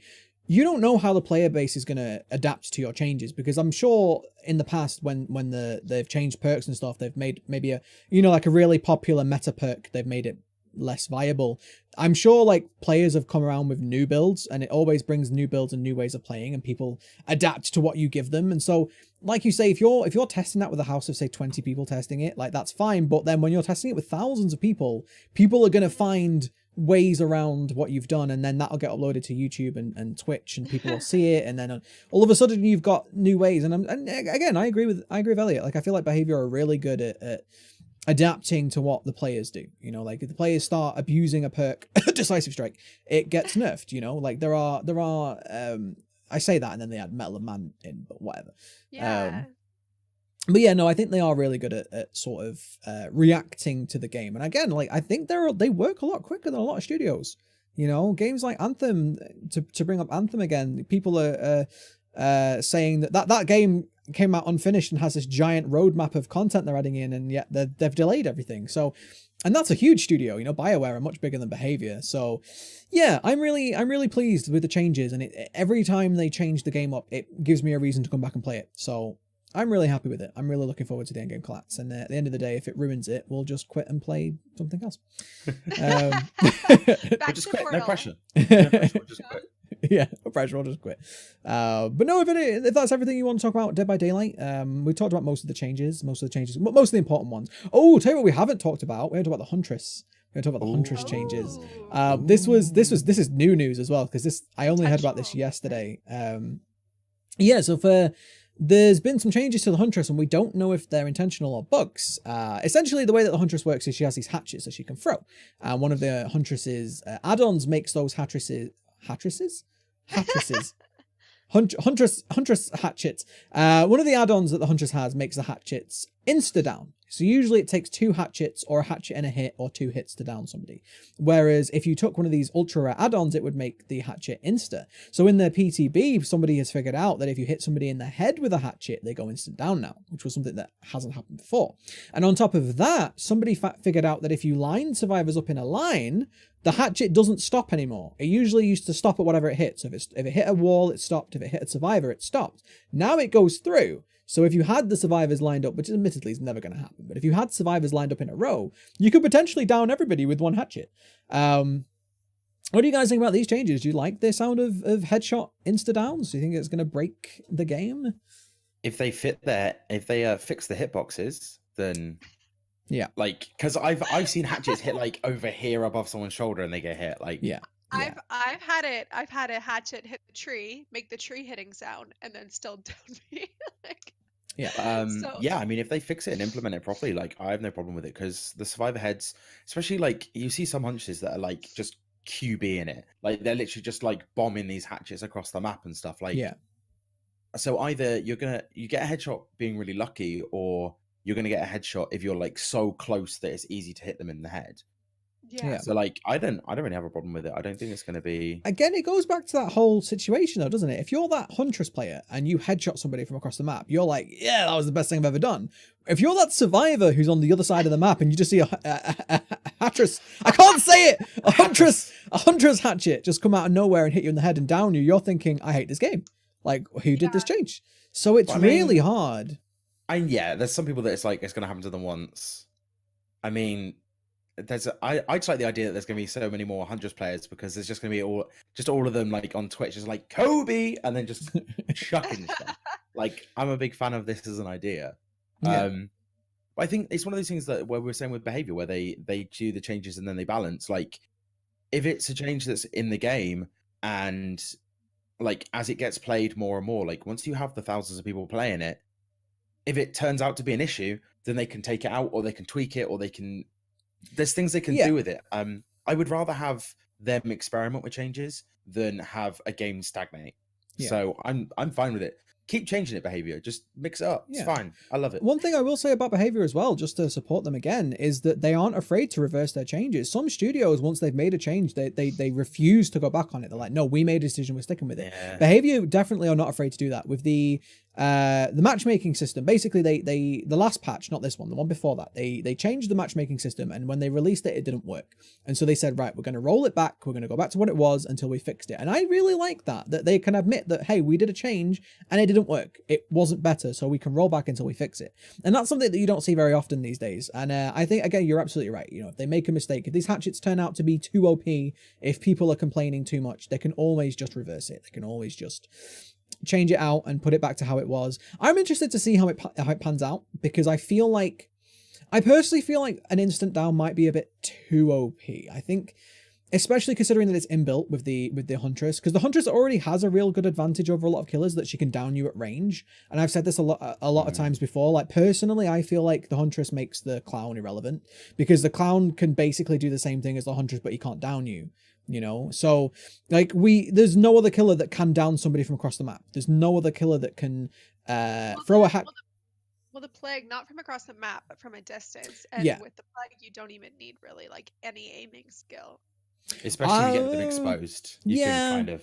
I don't know. The plague is harder to hit to it than you're saying. Yeah. Like I've seen some ones where like you can't just like charge it and then just kind of like sweep across the screen and like wipe out 3 people. Well, like, somebody did do a thing I saw in a match once where the plague was stood still and she span around in circles, and it did hit 2 people, but they were relatively close. But no, you still have to aim with the plague, and the plague does have a very limited range, whereas the Huntress doesn't. She can hit you from across the map, and obviously that takes a lot of skill, and it takes usually it takes add-ons. There's a reason why a lot of Huntresses take barbecue and chili, so they can hook somebody and then know where you are, lob a hatchet at you, and hope for the best. Oh, but you know, you can play around that with line of sight. If you know you're playing against the Huntress and you see somebody getting hooked, maybe duck, maybe duck behind something. You never know. But no, I think it has the potential to be a little bit overpowered, but at the same time, like Elliot said, if they can get the hitboxes right and make sure it only hits their head, because the head is a very small target, and the way a lot of YouTubers that I watch have been saying it is that, you know, it's rewarding skill. It's a headshot. It's rewarding skill. Like in an FPS, you hit someone in the head, usually they die straight away. So yeah, I can see it, and I can see it being a very interesting change. And I can see there being a lot more Huntress players for a little while. Let's be honest. I mean, I accidentally ended up with the Huntress being like my highest rank killer, not rank, level killer. Yeah. And that's purely just because seemingly every daily ritual I got was hit 4 people with hatchets, and it's like, god damn. Yeah, I never will forget my first ever match. When I was very new to the game, I was trying out a couple of different killers, and I loaded into a match with the Huntress, and I honestly did not know how to play her, so I didn't know that you had to go to a locker to refill your hatchets. And I'm not making this up. One of the survivors felt so bad for me that they were literally like, follow me, pointing at a locker, like they were pointing at it, going like, go there. I opened it, I was like, oh, so yeah, I was like, thank you, as I threw hatchets at the back of their head. I was like, thanks. But no, she's already one of the more fun killers to watch, I find. Like, I like watching her and Hillbilly, because if you do get that cross map with Billy, I find it really entertaining. And so I think that it's going to add to that. It's going to make streamers and things who play Huntress, it's going to make that even more enjoyable. You know, if you get that headshot from across the map, it's gonna be crazy. So I mean, I'm interested. I think it's a good change. I'm hopeful. I'm hopeful for it. Maybe they could do with maybe balancing some of our add-ons because of it, but again, I trust behavior.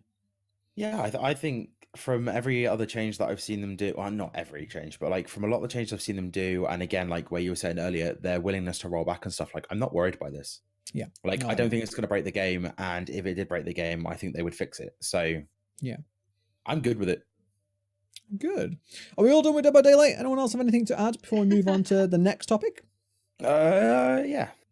I'm still trying to read through patch notes. I have patch notes over here somewhere, and I'm just like, what? There's a lot. We've gone through the main ones. They are reworking Legion. I don't really want to go mega into detail on how they're reworking Legion because everyone's kind of heard of it now. It's overall a nerf. The Legion is being nerfed. Movement speed is getting increased, but their movement speed while they're using their ability is decreased, which needed it because goddamn Legion was far too fast. They're making Legion a little bit harder to use, which a little bit less. If effective. They miss while in Frenzy, their Frenzy ends. Yeah, Yeah, which is And they also another- have to get full charge. So before, if your frenzy was like halfway, you could use half a frenzy. Yeah, You won't be able to do that anymore. Which So, brings her or him, whichever, more into line with the spirit, because the spirit has a very similar ability where the spirit can move very quickly for a short amount of time, but you have to have that, that gauge fully charged for the spirit. So it brings Legion more in line with spirit. So yeah, I think the Legion change. Everyone already knows about the Legion changes. I think they needed to be. I personally would have rather see a full rework. Like I would love for them to remove the mending mechanic, because I don't like it. I don't like it. I like when it. Replace it with, that's the problem. Like I don't. just Yeah. keep them with frenzy and the speed up, but no mend. I don't know. The thing is, like, it makes sense with perks like borrowed time, because they're very situational times when you need to mend. You got an advantage, now you need to mend. I don't like the Legion mending. If you're in a group and Legion finds you all and you all get hit, you're all just stood there mending. No generators are getting done. Nothing's getting done. There's no real counterplay to mending either. You can't use a med kit to get rid of it. There's no perks to get rid of it. There's literally no counterplay. And so I would rather that they remove the mending, or at least reworked mending to give it some form of counterplay. That's my main issue with mending. It's just a boring mechanic. Like, Yeah, I think no I'd one like to see a counter to it. Well, now it doesn't go down if you're within the terror radius versus if they're chasing you. So at least now, at least they're not bothering you while it's happening. It's more fair, but still just as boring. This is my issue. This is why I would have liked a full-on rework, And I mean, I see what you're saying though, because effectively all the mending bar is more time standing still. Yes, exactly. Which, as a survivor, which leaves you the vulnerable. last thing you want to be doing is standing still. Exactly. Not even for vulnerability, but you have so much to do. Mm-hmm. People underestimate. I play a lot more killer than I do survivor, but yeah. People underestimate how much stuff you have to do as a survivor. It's true. It's a lot of running around and a lot of moving about and getting stuff done. Yeah. And if you're like, oh great, I've got to go find somewhere that Legion isn't going to find me, but I'm still near enough to objectives to get them done, but I'm not going to be getting in the way of something else. It is. I don't like the fact that you have to go and stand still, especially obviously with the exploit and the extended timers. When you're mending. Are you seen with nurses calling, or are you seen by Legion when you're mending? Not with nurses calling, no. Okay, and how when Freddy has you asleep, he can see you. You're not mending, and the Legion can see you. I really don't play killer. Can you tell? No, you're confused by Legion, aren't you? No, Legion. The way that Legion usually finds people. Actually, we're not talking about this. The way that Legion usually finds people is they follow the pool of blood. If you put on, I think it's Bloodhound. Is it Bloodhound? No, Bloodhound. Yeah. No. It's Bloodhound that follows the bloodstains back. Yeah, there's a perk that basically makes bloodstains glow orange, and when you're mending, you're bleeding, and so a lot of Legions will just follow that blood trail to find you, which they're actually removing. They're removing it. You won't be able to see blood trails as Legion while your people are mending, which is again a really good change, because it takes that really overpowered problem and just removes it completely. It will make it a little bit harder for Legion mains out there or Legion players. It's going to make it harder for you, and if you're somebody who just plays Legion for fun and you maybe aren't the best Legion player, you're going to probably struggle a little bit to play Legion. But that's the same with any killer. There are killers out there that are more difficult than others, and I think it's better to have a few people find Legion less fun, but a lot of people find Legion matches more fun. And in fact, if you are a Legion player, you're gonna maybe encounter less disconnects. So no one, even as a killer, disconnects aren't fun, because you get less blood points. You're probably not going to rank up. A lot of people will just DC, and then the others will DC because they're like, well, if they're DCing, I'm DCing. So DCs aren't fun. You lose your add-ons, you lose your items. So I think this is going to be a really good change. Again, I personally would have preferred a full rework. I think there's so many things they could have done to make Legion more fun and more interesting, especially considering how fun some of the other killers are out there.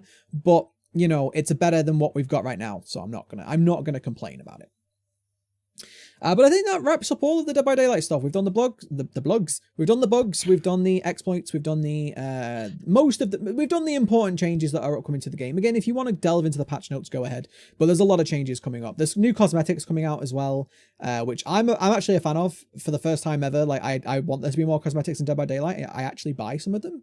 I very rarely buy microtransactions, but I buy them in Dead by Daylight because I love the game and I want to support the devs. And I only paid £15 for the game, so I don't mind spending a few extra pounds now and again on some cosmetics. But yeah, so we're going to wrap on to the second topic of the day, which is a little bit of a Twitch related topic. It's a little bit of a streaming related, but I guess it could work for YouTube as well. It could work for YouTube, but we want to talk about this topic that keeps coming up, this conversation that keeps happening mainly on Twitter, but about streamers being or not being therapists. So the reason why we're talking about this today is because I'm not going to name any names, but essentially somebody tweeted streamers are not therapists, and streamers are not therapists, streamers are not therapists, streamers are not therapists. And this tweet went pretty much viral. This tweet got over 20,000 likes and retweets and stuff. And it brought up a really interesting conversation. Now, I actually engaged in this tweet. I replied to it and we had a bit of a conversation about it. But I want to talk to you guys, as we are all streamers and we've all had different experiences with our viewers and stuff like that. I want to talk about what you guys think about this, because something that comes up quite a lot is that, you know, in 2019, where many people are struggling with mental health and all of this sort of things, some people do absolutely come to Twitch to help with that. They come to Twitch to kind of help to cope, to manage with their mental health. And some viewers even go that extra step and then start talking about that in people's streams. And the idea that, you know, we as streamers aren't therapists, I think is there's a lot to talk about in it, and I want to talk to you guys about it. So, Elliot, what do you think about this? Do you think streamers are therapists? Are we not therapists? Is that our job? Can you imagine we just said yes? Just went yes. All streamers are therapists. No. Obviously, there is difference. There's a lot of nuance to this. You see a lot of streamers and stuff. They'll tweet things out, saying like, "Oh, my DMs are always open," or like, "Feel free to contact me on Discord," and I think that is a much more healthy way to discuss issues with like your viewers, because obviously you're someone that, like, large streamers are someone that the viewers like look up to. And I think we've spoken before, not on the podcast, but like just us chatting about the problems of like sometimes when you're a streamer, people think like, oh, I watch them stream how many hours a week, and like that means they're my friend. Yeah. And there is kind of this perceived thing of you get viewers who, like, you don't know them in real life. You don't know who they are. You can't even, like, you can't like say that you know like what it is they're going through, even if they're trying to explain. And like a Twitch chat just is not the place to have these conversations. But yeah, I think DMs are obviously one thing, but like I feel like people are going to naturally want to talk to the people that they feel close to. And I think that's fine and that's healthy. But live chats in front of however many people is not the place to do it. I mean, I would argue even that like DMs are not even the place to try to contact me. Like, as someone, like as a woman that does Twitch streaming, I get like DMs that I don't even respond to, because I don't want to open that line of connection, because it's either like not safe, or like people say things that are inappropriate, or people are doing things that I'm just like not okay with. And like for me, I'm not really equipped to help somebody with mental health, and I don't really like have any additional knowledge other than just being another human to really offer somebody. And also it's like really tiring, because like I'm trying to manage my own life. Like I have my own struggles with mental health, because everybody does. Like they have to all manage stress and manage work and manage their relationships and do all of these things. And like, yeah, it's fun to have like some fun conversations with people on Twitch and like get to know people and like maybe make like a new internet friend, which is very different than like a friend. Yeah. And I think people kind of lose that distinction between the two, because like we're all out here to try to like socialize and have like a little bit of fun, play a game that we like we may have things in common, but like that doesn't mean that like I'm now open to being like your shoulder to cry on. Or like, of course I'm sympathetic to people and I understand that things happen, but like there's also like an appropriate place to really work that out, and a Twitch chat or even a DM of a stranger really isn't really the place for it.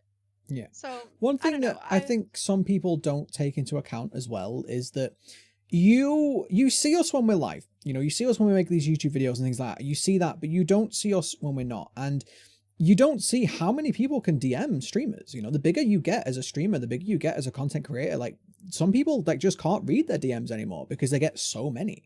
Like, I'm not going to say that I'm in a position where I can't read my DMs, but some days when I'm busy editing videos and stuff and I'm getting I'm getting DMs by multiple people, sometimes I just have to wait. I say I have to wait until I can respond to that. And I know there are people that are way bigger than I am, who have way bigger communities than I do, that, you know, actually physically can't do all their DMs. And on top of that, if people are DMing you with their life stresses, obviously, like we want to help, right? We don't want to not, you know, we're not heartless people. We don't want you to suffer. Of course we don't, right? We care about our communities. And some people, Yeah. everyone, again, let me just reiterate this. Everybody has different streaming styles. Some people are more than happy to talk about mental health on stream. Some people aren't. Some people are more than happy to try and help you out. Some people aren't. It always depends on a case-by-case basis. But even so, Right. even so, you know, like, what about the effect on the streamer? If people are constantly, like you said, leaning on you to help them out, like, there's a reason why therapists have, like, to have regular mental health checkups themselves, because it can be so physically and mentally demanding and draining to you to constantly be trying to help somebody else. And, you know, we aren't, as you said, we aren't trained. We aren't therapists. We don't have, you know, in England, you've got to go through seven years of uni work and training to become a therapist. We don't have that.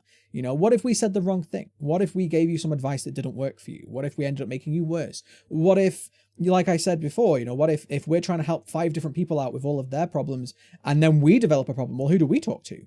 You know, and it's really tricky, because whenever you talk about mental health, you know, and rightly so, when you talk about mental health, you know, people need to be understanding. We need to be accepting, and we need to be, you know, I don't want to say that we have to help, but we need to be understanding and open about it. But at the same time, you're absolutely right. We are here to do a job. This is our job for most of us. Well, for a lot of us, this is our job or potential job. You know, this is something that we do.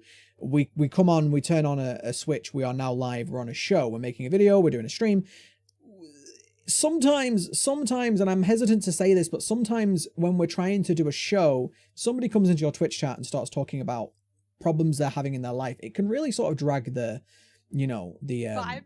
yeah, it can really drag, and that can ruin other people's enjoyment. And again, please, if you are listening to this, please don't think that if you have a problem, don't think that we're like saying that your problem is invalid, or that your problem is a problem for us. It's not a problem for us. It shouldn't be a problem that you have a problem. But, you know, don't keep it all in. There's like appropriate channels to really sort that out. Like, lines you can call, like you can go see a therapist.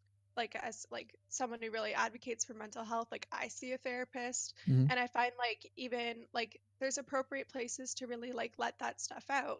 And there's a lot of free services as well that can help you, and apps that can help you. Like, there's all sorts of things that you can really find to really help yourself. And like, obviously there's some streamers that are even like are open to having that, but like there's an obvious like boundary that I think people like are just not willing to really recognize, of where that's an appropriate place and where it's not. And it's not that I don't think that like everybody needs like a person to be with, or like someone to talk to, but like there really is like appropriate channels of where that is supposed to take place. And further to that, it can become really awkward, because if somebody does mention mental health in your stream, like, you can feel obligated to have to respond to it, because you don't want that person. Now, all of a sudden, if somebody comes into your chat and says, hey, I'm having a really, really awful day, well, that's fine. But like, if somebody comes in and says, I'm having a really bad mental health day, now you feel almost responsible for that person. And I think it's really difficult. This topic is very difficult to talk about, because I don't want to put the burden on the person who is having an issue. No. But at the same time, now the stream is put into an awkward position where, well, if I ignore that person, you know, I don't know what they're going to go and do. Like, if I don't help that person, or if I'm seen to not, because you know what people are like on the internet, you know, if you are seen to not try and help that person, people can get very angry about that. But at the same time, like, it's not your role. And when I say it's not your role, even if you are somebody who wants to help people with mental health, it really should be done with a professional. And there's a big difference between having a conversation, having a chat, and cheering somebody up. That's fine. But if you're giving actual advice on mental health, you've got to be so careful, because, again, this is what professionals should be doing. There's a reason why it takes so long to get into this field, is because it's not easy, and it shouldn't be being done by, let's be honest, random Joes on the internet, which is what we are. We are, you know, a lot of us just come here to play video games and chat about it. It's not something that I personally am trained for. And again, like, just to bring this up, I have a degree in psychology, so I already know a little bit more than the average person about mental health stuff. I'm still not qualified to offer advice. You know, I wouldn't do it. And I wouldn't do it if my family member asked. If my family member said, hey, you've got a psych degree, help fix my anxiety, I'd be like, no, go see a doctor, you know, like, and for full disclosure, by the way, I do also suffer from anxiety. Like, I've had insomnia in the past. I've got anxiety. That's a common problem for me. Like, I am not, you know, I am not unaware that these problems can be very, very difficult. And I'm also not aware, you know, I know that hanging out with somebody on stream can help that. and that's fine. Like, no one's complaining. If you tuning into your favorite streamer or YouTuber is helping your day, then fantastic. That's perfect. That's what we like to hear. But there's a huge difference between, you know, tuning into a stream to have a happy time and cheer yourself up, and expecting somebody to help your illnesses, because that's what they are. Let's be honest. Mental health, they're illnesses. You know, in the same way that you break your leg, it's the same sort of thing, and there's no shame in that whatsoever.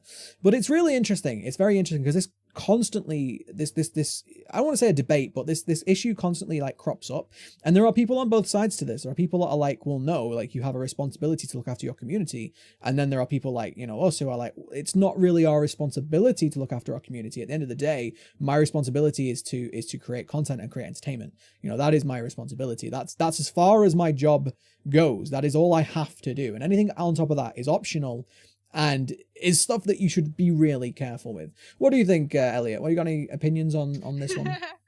I mean, I agree. Obviously, like, I've seen it where you're in like a Twitch chat and everything's like pretty chill, the game's going on and stuff like that, and you see someone like come in, and like, it's one thing to come in and be like, oh man, really rough day. Yeah. A bit like, you know, the old trope of like bartenders where you go into the pub and they're like, looks like you've got some worries, friend. And it's like, oh, the wife's been running off with the milkman, something like that. Like, if you're like stuff like that, kind of where it's kind of still like vibing with the chat and it's kind of an interaction that's between, but it, like, when it comes to like real mental health issues, like, realistically, like, if someone came into my chat and said something like that, like, I don't have any more advice than like, you should see someone that is a professional that deals with these things. Like, you are barking very much up the wrong tree if you're asking me for help with this kind of stuff, because I'm not a professional. It's not a thing that like it's not a thing that I like have the knowledge base of to. I mean, if I was in the same situation, like, I wouldn't be able to help myself, and therefore I probably can't help you either. Like, you need that. So almost a default answer for me is kind of like, I would advise you see a medical professional, and go see a doctor. There's no shame in it. There's literally no, well, you know, there still is some stigma about mental health, but at the end of the day, like, there is no shame in going and seeing a doctor for an illness that you have, any illness. Like, if you have an illness, you need help, whether that be medication, therapy, whatever. Like, there's no shame in going and seeing a doctor. But one thing that I think, it's really difficult talking about this topic, because it can seem like we're being very heartless. You know, when we're talking about like, it's not our job to fix your mental health illnesses, that can seem very, very heartless. But when we talk about this, we're thinking of you, like, we're thinking of your well-being by not offering advice. Because if I give you the wrong advice and that makes you more ill, you know, not only are you now more ill, now I'm going to feel terrible about it. You know, now people are going to be talking about it and being like, and that's another thing we haven't talked about, is that, like, let's be honest, you know, if somebody's asking for mental health advice or something in your chat, you know, you're on the spot. You've got so many people watching. Like, what if you give bad advice, or what, you know, like, this is what you've got to think of, that as a streamer, it's not just you and them. You've got all of these other people that the streamer, you know, is in contact with. And I don't want to say that you're responsible for your community, but you are in a way. You know, you are in a way responsible for community. You're responsible to how you treat them and how you expect. You know, there's a reason why you have rules as a streamer and why you have community rules, is because you do have some level of responsibility for your community, you know, and you should be banning people who are not following your rules, and you should be setting the tone of your thing. And again, there are some streamers out there that actually do talk about mental health. In fact, there's a couple of streamers that I know that actually make that their thing, that they constantly talk about mental health.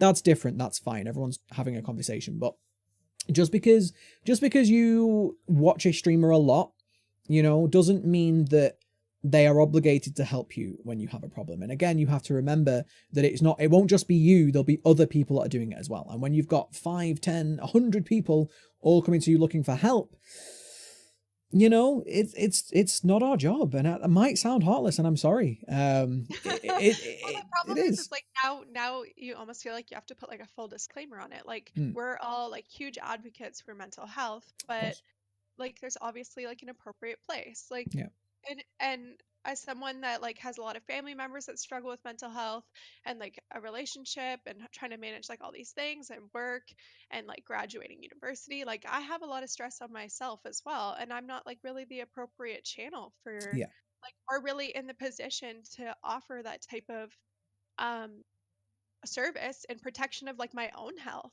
So like, that's kind of like another thing. Like, if you are someone that's Like I use Twitch as a way to entertain myself, make new friends, internet friends, um, and like really like have a place to like kind of unwind and let go. And then like I think that's where like the tweets come from, where people are frustrated because like that's how like a lot of people can view Twitch, is like it's supposed to be like, we kind of get in this debate too, Grumpy, like where like some people believe Twitch streamers need to put on an act, they need to be happy, they need to be outgoing, they need to be friendly, like they can't talk about real Wait, you need things, to they be can't talk happy when about you're money streaming? stresses.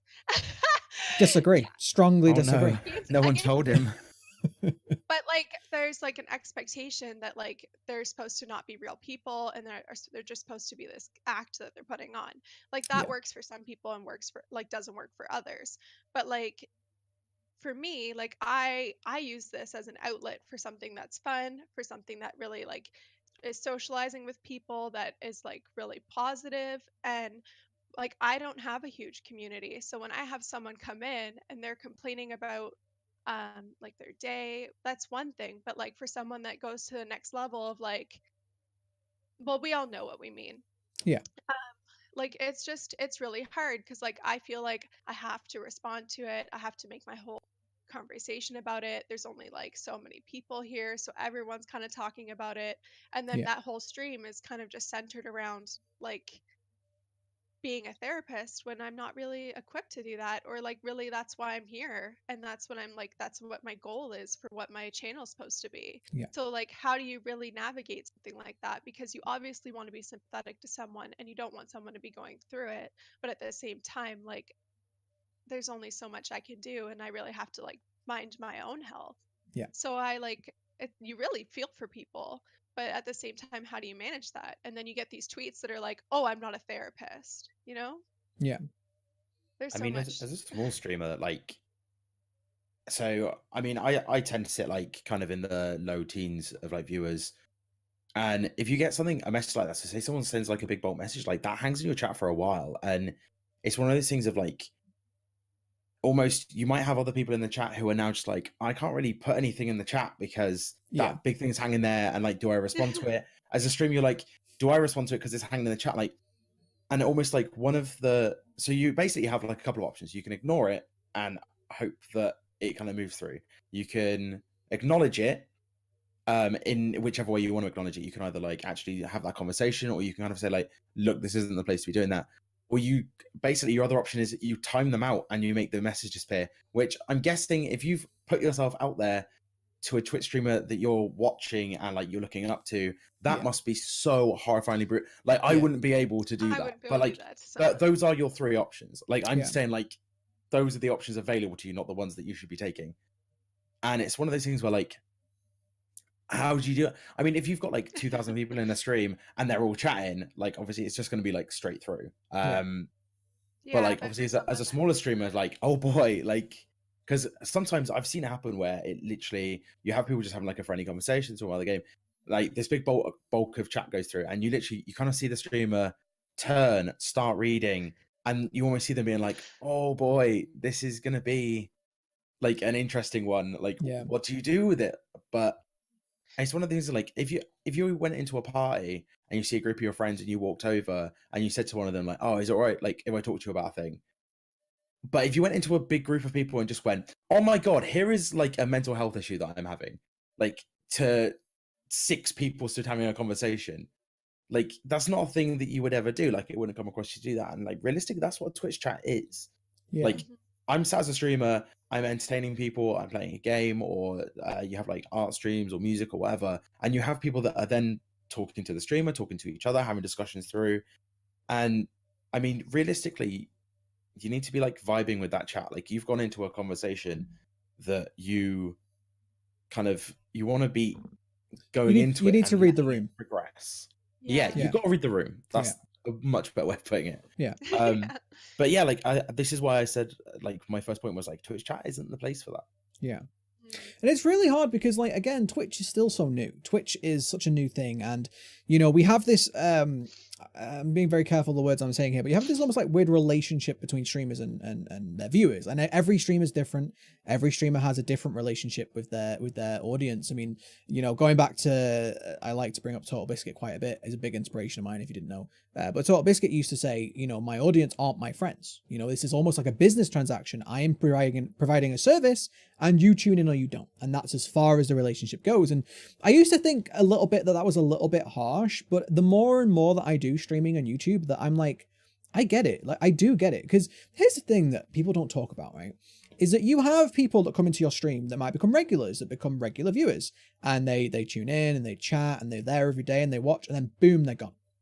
And as a streamer, you know, sometimes that can be a little bit like, oh, I've not seen my regular viewer for a little while. And by the way, you're not obligated to go into anybody's stream just because you're a regular or a sub or whatever. You are never obligated to go into a stream. You know, if you're busy or whatever, or if you just don't want to watch that stream anymore, absolutely fine. Watch whoever you want. But what I'm saying is from the streamer perspective, you know, you have these regulars that come and go. You have new people coming in every day who you'll never see again. You know, you get those one-off viewers and stuff. And you do have to sort of put a boundary between yours. I feel like you have to put a boundary between you and your viewers, even your regulars. Like, I feel like you have to have a professional boundary.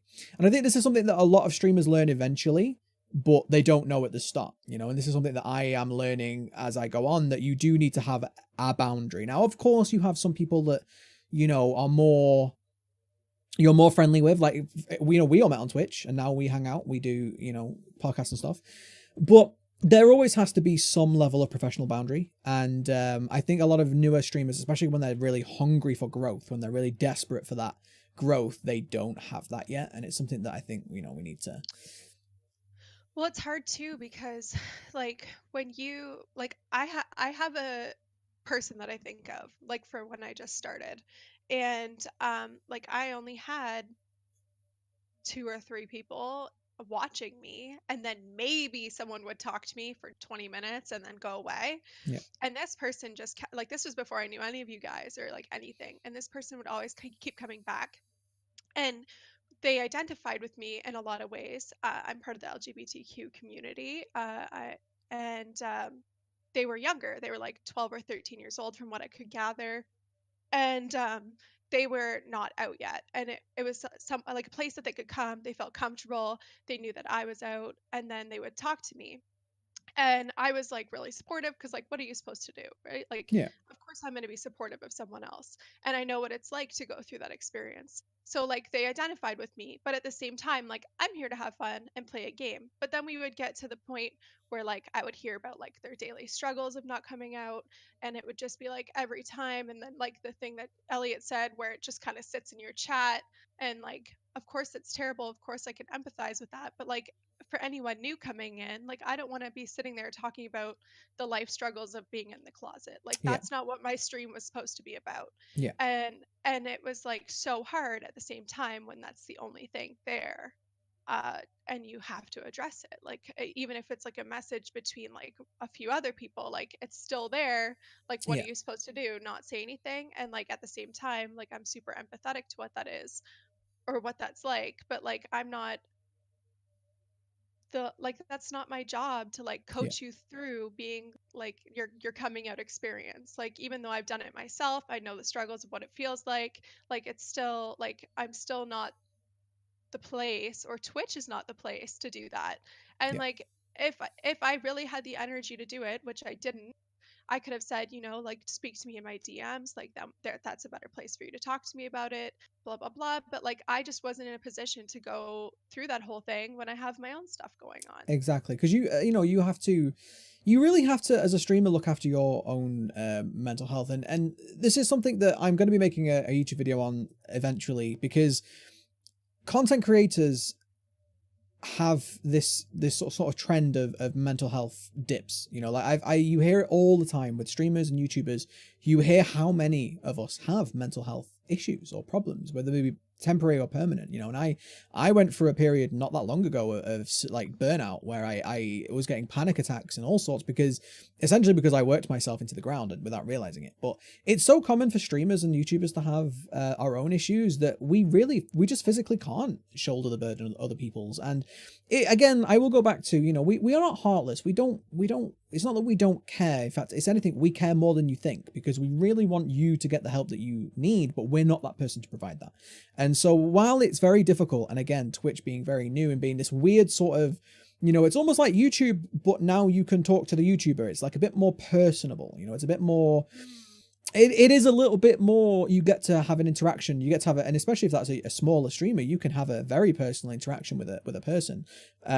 So I can understand why people feel like this is the appropriate place to bring up their struggles and their worries. And I'm gonna pretty much wrap up on saying that, you know, read the room. If the streamer is inviting you to talk about your mental health, things like that, then absolutely. Otherwise, just, you know, there is nothing wrong with saying you're having a bad day. There's nothing wrong with saying something like that. But just remember that at the end of the day, that we are here to provide a service. We are here to do a job, and our job is to entertain or to teach or to whatever we're doing. That is our job. And, you know, if you do need help, there are so many places that you can go, you know, legitimate places that you will not be shamed for.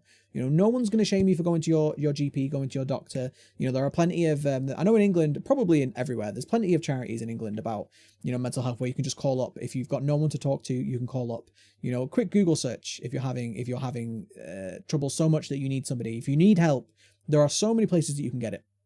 Grumpy's gonna insert a number right here.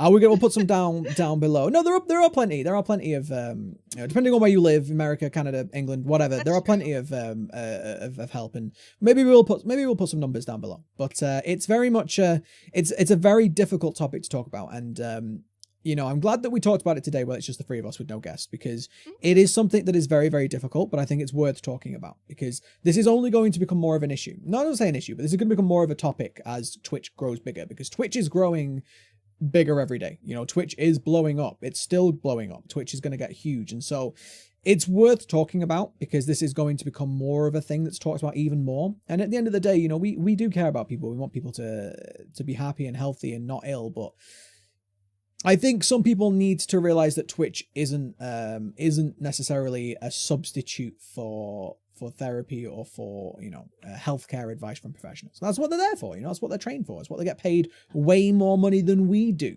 to do. Way more. You know, we got into the wrong line of work. We did. Well, again, I have a psych degree. Maybe I should just quit my YouTube and quit Twitch and go. No, I wouldn't.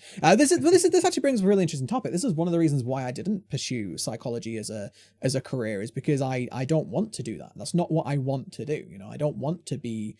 Because a lot of people ask me, oh, why didn't you go into like clinical psychology after you graduated? It's because I don't want to.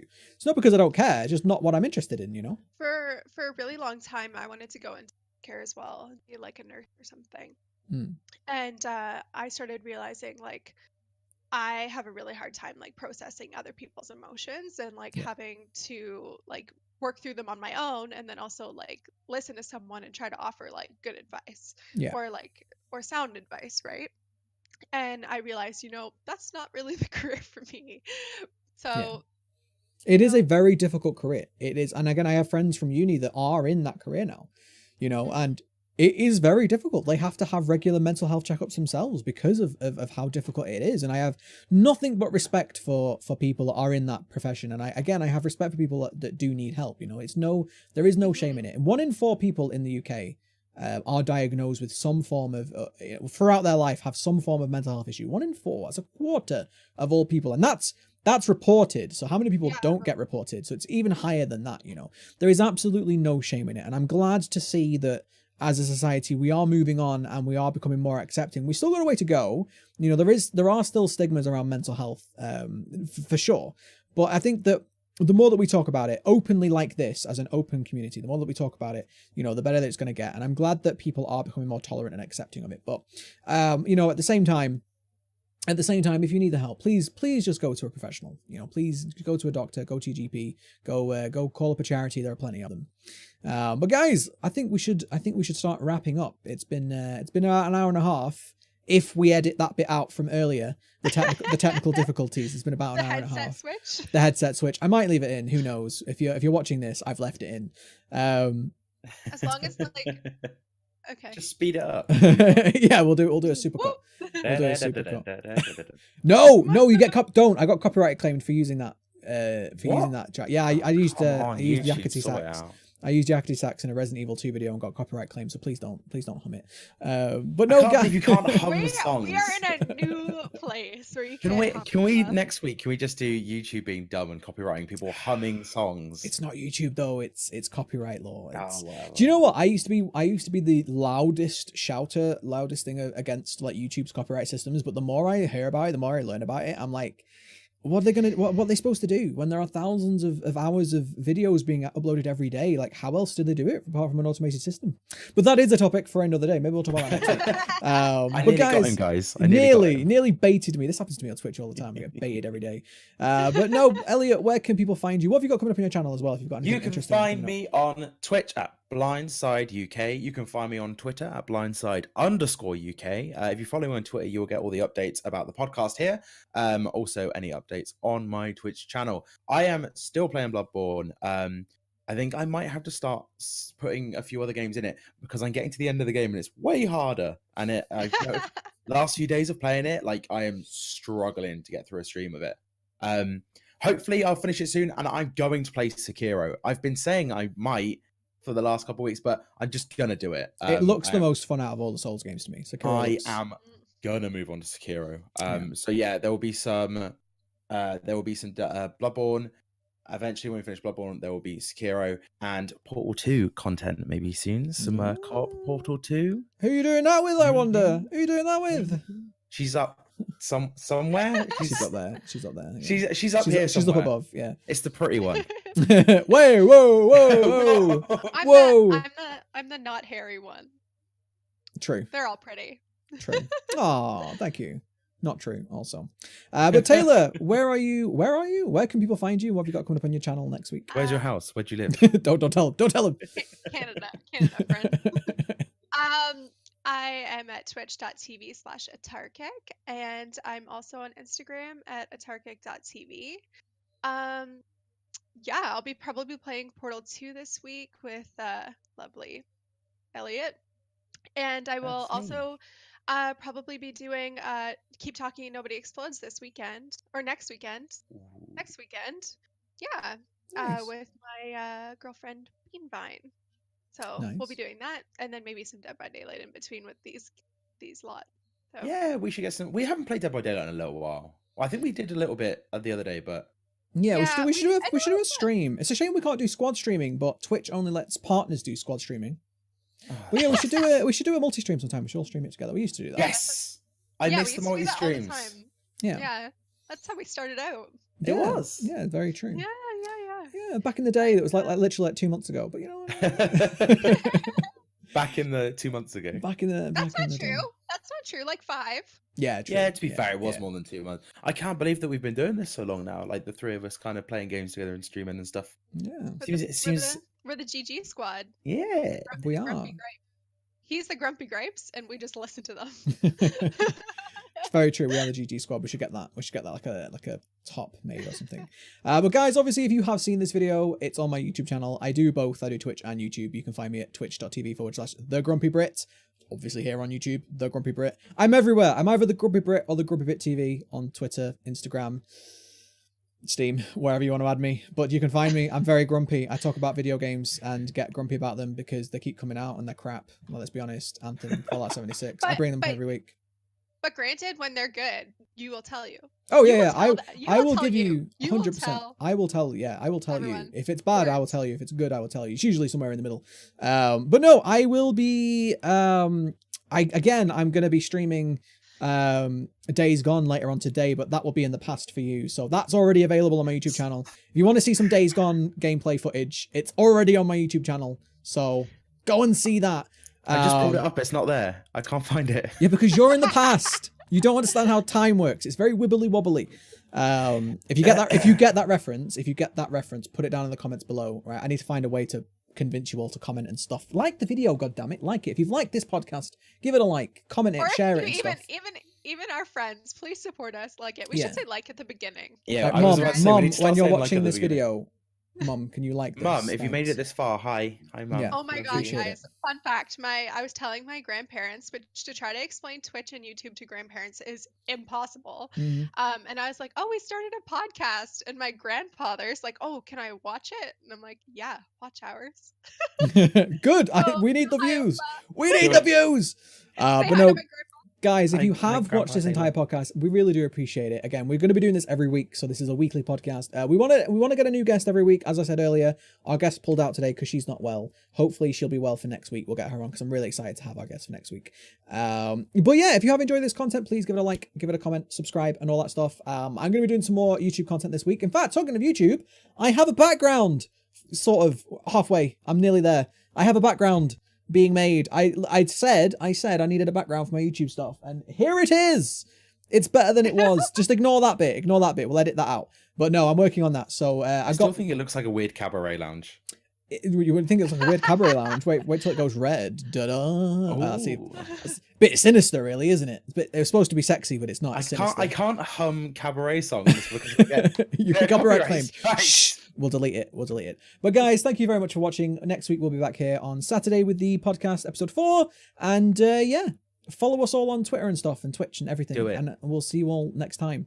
Bye. Bye. Bye.